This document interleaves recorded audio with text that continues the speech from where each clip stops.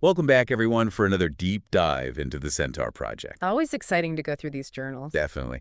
Today, we're going to continue to follow Karina's journey using her personal journals. This is fascinating stuff. Oh, yeah. And today, we're going to zero in on her mentor, Lucas. He plays a pretty pivotal role in her life. For sure, for sure. Mm. And we'll prepare yourself because his methods are a little surprising. Yeah, a little unconventional, maybe. You could say that. Think candies. Candy. We'll see. Yay. So, I guess we could start with the big picture, right? Yeah. How did the project coordinators view Lucas's role? Well, I think it's really interesting. They actually saw his friendship with Karina as like a key part of the whole plan. Really? Like they planned it out? Yeah, they wanted someone she'd trust, someone who could shape her, subtly guide her development. It's like a Trojan horse almost. Exactly. And, it wasn't just like a casual friendship thing either. The journal mentions they both had these chips implanted. Yeah, implanted chips. So Lucas could monitor her emotional state. So like he always knew what she was feeling. Real-time monitoring, 24/7. Wow. Anytime she felt down or frustrated or anything, he knew and he could intervene. That's wild. Mm. Imagine having someone constantly tracking your mood like that. Little big brother-ish? No. Definitely raises some ethical questions for sure, especially the technology itself. Like, how does it even work? What kind of data does it collect? Could it be misused? There's a whole other deep dive we could do just on that. So much to unpack. Okay, so let's get to the candies. Ah, yes, the candies. The journal mentions Lucas bringing her candies all the time, right? Which, on the surface, seems kind of nice, right? Thoughtful. Sure, seems like a friendly gesture. But then we find out Karina doesn't even really like sweets that much. Doesn't have much of a sweet tooth. So it makes you wonder, was this genuine care or was it, something else? Getting to the manipulation angle. Well, it's just, it's odd, right? Why keep bringing something someone doesn't really care for? Unless you're trying to, I don't know, elicit a certain response. Like a subconscious association. Yeah. Make her feel good? Associate those good feelings with him? The sugar rush strategy. Interesting, right? It kind of makes you wonder if this was all part of their plan from the beginning, or if this was Lucas, improvising a little. Either way, pretty crafty. And whether intentional or not, it really highlights those ethical gray areas we were talking about. Even if Lucas truly thought he was doing what was best for Karina, using something like sugar to, influence her, it's a slippery slope, isn't it? No doubt. It's scary to think about. What if this kind of technology and, these methods were used more widely, not just in the context of this project? It's a big question. And it all starts with something as seemingly harmless as candy. Really makes you think. And then there's the whole thing about where Karina and her sister ended up living. Ah, yes, the relocation. Not exactly a coincidence, right? Not at all. The journal makes it pretty clear this was orchestrated by the project coordinators, moving Karina and her sister closer to Lucas's workplace. So not only is he influencing her emotionally, but he's also literally controlling her environment. Proximity equals access, right? More opportunities for interaction, strengthening their bond, giving Lucas even more chances to steer her thinking, in the right direction. Wow, it's like they really were controlling every aspect of her life, nothing left to chance. Meticulously planned, every detail, living arrangements, emotional monitoring, it's all connected. It makes you wonder if Karina ever had any suspicions, even for a moment, if she ever felt like something was off. Well, that's something we'll dig into in the next part of our deep dive. We'll look closely at Karina's journal entries for signs of her internal struggles, doubts, her reactions to all of this. See what she really thought about Lucas's, generosity. Can't wait. This is getting good. Okay, so we're talking about control, right? Lucas's influence over Karina's life. But it goes beyond just, the everyday stuff. The journal mentions this idea of culinary alchemy. Culinary alchemy. What is that, like cooking with magic mushrooms or something? Not quite magic mushrooms, but definitely a blend of herbology and alchemy with a touch of the occult. So like witchcraft in the kitchen. You could say that. It's fascinating. Remember that otherworldly mint we talked about? Yeah. That's just one example. Lucas introduced all sorts of special herbs and concoctions into Karina's diet. He understood the power of plants, how they could affect the mind and body. It's like he's some kind of culinary wizard. Right. And it's not just about the exotic ingredients themselves. It seems like he's teaching her a whole system of knowledge, a way of understanding the connection between the physical and the spiritual, all through food. That's pretty deep.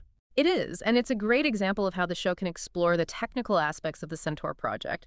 We know they're using advanced technology, like the emotion monitoring chips, but they're also exploring these more, well, unconventional methods. A blend of ancient wisdom and modern science. Exactly. It suggests they're really trying to cover all the bases, using every tool at their disposal to enhance human potential. It's fascinating, but also a little, I don't know, unsettling. It's a powerful combination, that's for sure.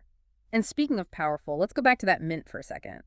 I mean, instead of just saying it's otherworldly, which sounds kind of cool but vague, why not tell us more about it? Like where it comes from. Exactly. What makes it so special? Wow. Why did Lucas choose that specific mint? More details, more specifics, the more we know, the better we can understand what he was doing, right? Absolutely. Every detail matters. And this is where the journal could be, a little more helpful. More details, more context. Exactly.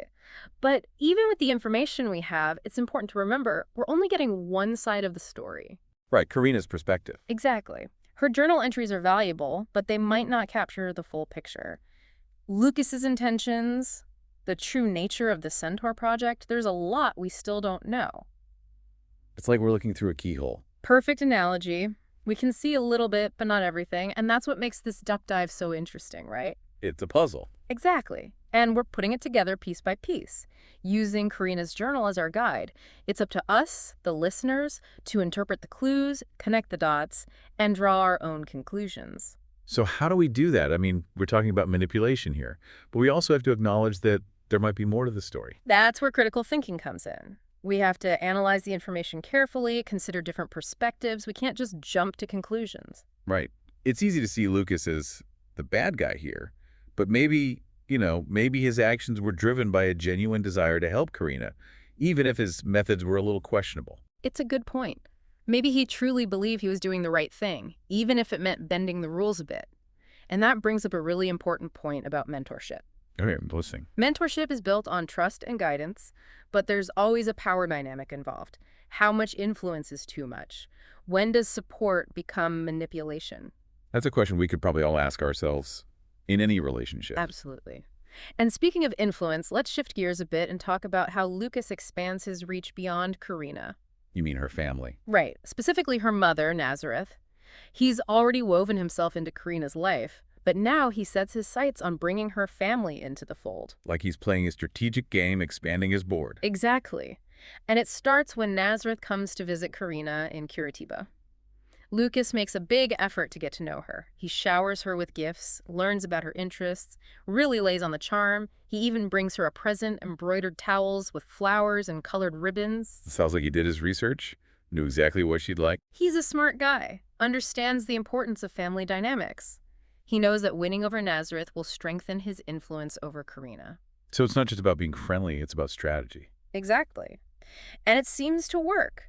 The journal describes Nazareth as completely charmed by Lucas. They have lunch, talk about their families, their pasts.